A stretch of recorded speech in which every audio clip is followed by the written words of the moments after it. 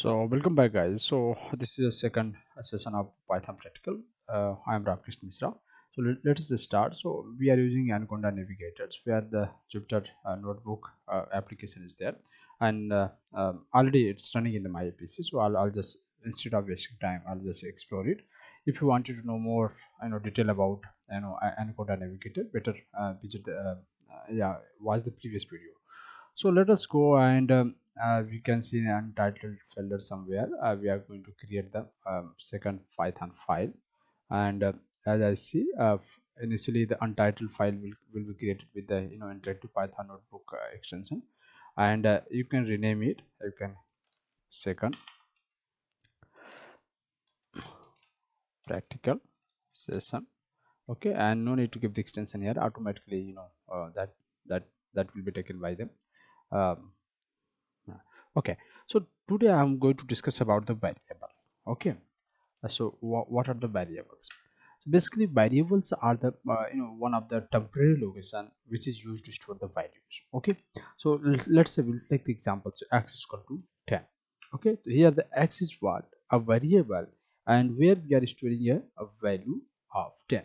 So we will print the value of x directly, and you can run the code. You will be able to see the 10 is printing here. Okay, so here the variables, basically they are storing the values uh, on temporary basis. Let's say I'll take the example x is equal to 20, and whenever we will print again x, here you will able to see that the 20, now the value of x is 20. So the value will keep vary, whenever you will assign different values to the variable. Okay, that's how it is. So this is one. And now even how you will come to know the type of variable, that basically the Python no need to specify the type like integer, float, double. So automatically whenever you are assigning the values to the particular variables, so Python interpreter will convert to the particular type. So whenever you will check the type of x, you will able to see that this belongs to the x. If I am going to assign a string Ram Krishn Mishra, okay, so here whenever we'll check the type of x, now you will able to see that now it's belong to the string. Okay, so that's how you will able to know the um, type of a variable. Now let us understand that what is this str and int. So these are basically the keywords. So how let's print the whole keywords. So there is one already library keywords, import keyword. Okay, and then print keyword dot kw list. Okay, so this is basically a program which will help, help you to print the all available keywords in the Python program. Is false, none, true, while. So this is the things. Even you might be able to see somewhere the, yeah, continue deep. Okay, class is there.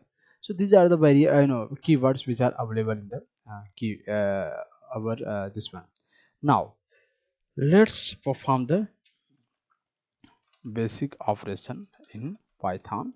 So first we are going to perform the addition. So sum equal to directly, whenever you are going to perform operations, you can directly either this is the one, and whenever you will print the sum, you will able to get the values here 30. Or if you are assigning this value, let's say x is equal to 10 and y equal to 20 and sum equal to x plus y, both are same here. So you will able to print the value of sum, and here you will get sum. Done. So this is the one of the simple additions. Same thing if you wanted to perform the subtraction. So let's say subtractor equal to x minus y. Okay, so and print sub. Here you will get the minus 10. Okay, so same values we are taking.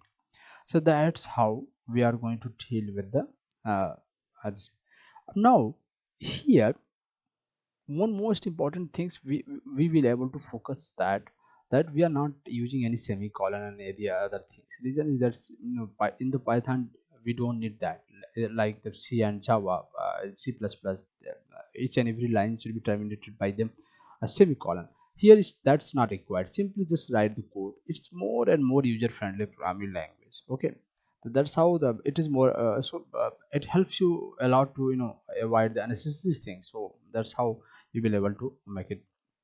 Okay, now one more important thing, if you wanted to print the message as well, let's say, so how will you print subtract, and you will just give the comma and sub. Okay, so even give equal sign also, so you will able to get the along with message also subtract equal to minus 10.